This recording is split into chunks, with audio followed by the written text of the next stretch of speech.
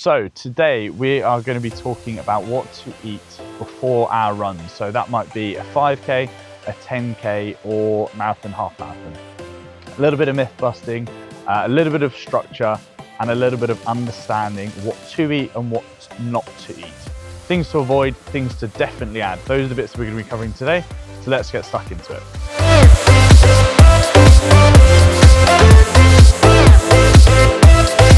So first things first, I want to make everybody understand that we don't need to change absolutely everything in our nutrition before our big events or big runs.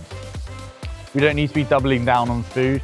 We don't need to be completely changing our selection of food choices, our carb levels. We just need to make little tweaks to optimize how we're prepping ourselves for our runs. So everybody talks about carbs, slow releasing carbs, fast releasing carbs. Ultimately, our base fuel for our eventing is going to be carbs. Slow release carbs primarily. Sugars are going to be available to us in our events and at the start, but carb loading is something we've all heard about before, but we don't need to be going crazy on it. Using that 24-hour window to 48-hour window is going to be really optimal for us. It's going to mean that you're not over consuming food, not forcing yourself to eat, and we're going to be comfortable and ready to run.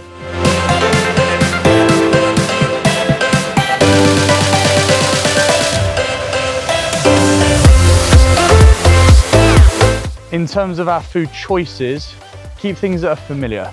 Keep patterns and meals that you've used, that you trust, that you get a good relationship with, that don't make you feel uncomfortable, that don't make you feel bloated. That familiarity is going to give you that peace of mind mid-run that everything's going the way it should do. We try and experiment with new meals, new plans. Sometimes it can go a little bit wrong and you're going to find out at some point. So we might have heard of the term macro split. So what we're referring to there is the difference between carbs, proteins and fats in our fueling, in our meals, in our food. So basing our food around carbs is going to be the primary. If we go a little bit more meat dense, protein dense, you're not going to yield as much energy. It can potentially slow you down, make you feel a little bit more uncomfortable, generally not give you any energy halfway through and towards the end of our event. And that's ultimately just going to hinder us. So it's not worth focusing on that pre-eventing. However, post, absolutely that's our focus. As we've spoken about before, that protein loading post-event is essential to our recovery, both on the short, medium and long term.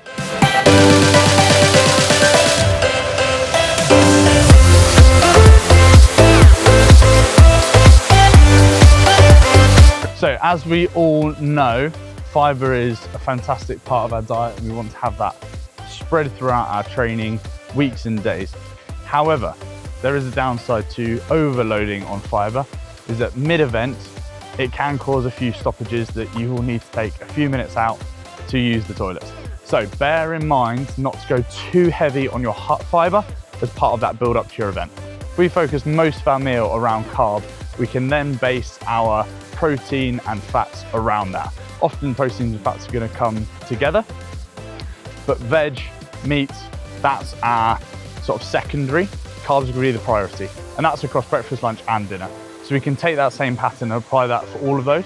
In terms of some examples, if your typical breakfast would be eggs, bread and some veg, we want to making sure that our protein is dropping a little bit and actually increasing that protein.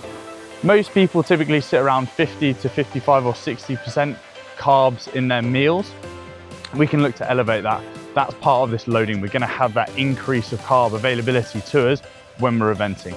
In terms of changing that from meal to meal, that wouldn't necessarily be the case.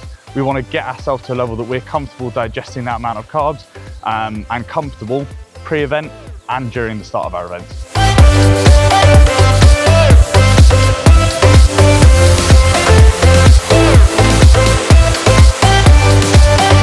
So food aside, hydration is something I'm banging on about as a coach every single day to every single client, regardless whether you're a strength athlete, you're a performance athlete, whether you're day-to-day living, it doesn't matter. That is such a big part of your health, recovery, bodily functions and cycles. Our body is made mostly of water. So if we're dehydrated, we are going to be challenging the way our body functions. We want to give it as much as we can. So if we use a base, Our urine should be a light pale or champagne sort of colour. Any darker than that, it is an indication that we're going to be dehydrated. The unfortunate side of dehydration is it takes a while to then get rehydrated. So usually by the time you've gone to the toilet, realise you're dehydrated, it's going to take a while to rehydrate. So leaving that to the last minute is going to massively impact our training and therefore our eventing. So if we can get ahead of the game and get hydrated 2, 3, 4 days, or even just continuously before our event, it's going to give you a massive impact on the ability to sustain the intensity, perform at a high level, and obviously from our training perspective, actually be able to recover really nicely as well. Don't neglect your water. We can use that through electrolytes that you can make at home, powders, supplements, wherever you get your favorite, stick with it, make it consistent, but ultimately we're looking for champagne wheat.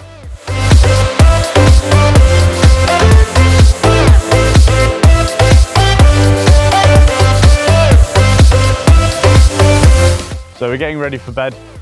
Before that, we need to think about our final meals. We need to think about hydration. We need to think about a good night's sleep. So dinners, we want to give ourselves a couple of hours before we go to bed to fully digest our food, get comfortable, get to a nice relaxed state. We want to be hydrating all the way up until when we go to sleep, because obviously, as we know, we're going to get dehydrated when we sleep. So we're ready for travel, getting to the event, waking up and starting your warm-ups. But then, as I said, we want to focus on sleep. So really focusing on the quality of our sleep, coming away from screens, phones. That is all a holistic part of the practice that is going to elevate your recovery, getting you into a deep sleep, your REM sleep, and that is going to wake you up feeling a lot more refreshed, ready to go and prepared for the event ahead. So, morning of our event, we've had a good night's sleep, we're a little bit dehydrated. First things first, get water in you, get some electrolytes in you, get that hydration going. We can then start thinking about getting our first meal in. Again, following what we spoke about the previous day, carb dense, that is our absolute priority. Protein really isn't a factor we need to worry about too much. It's not going to yield any recovery. We're not really going to get much out of it, apart from make you feel a little bit heavier and slow you down potentially.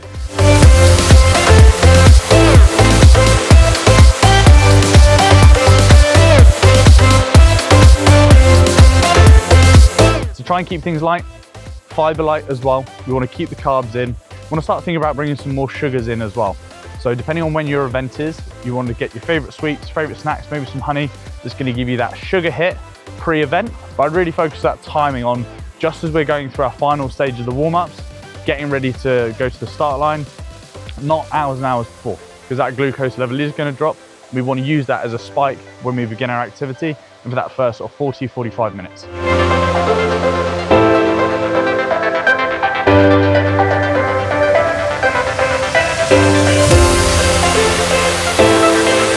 So to recap us, hydration, carb dense, protein light and fiber light, great quality of sleep, 24 to 48 hours before our eventing is going to see you through, it's going to see you comfortably through from an energy point of view, from a routine point of view.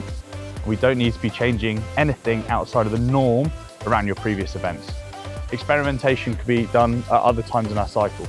So with these small little tweaks and stability in your nutrition before your event, that's going to give you the confidence to power through, perform at a really high level and get over the finish line. If you want some more videos like this, give us a follow, stay in tune for the next stage of our nutrition.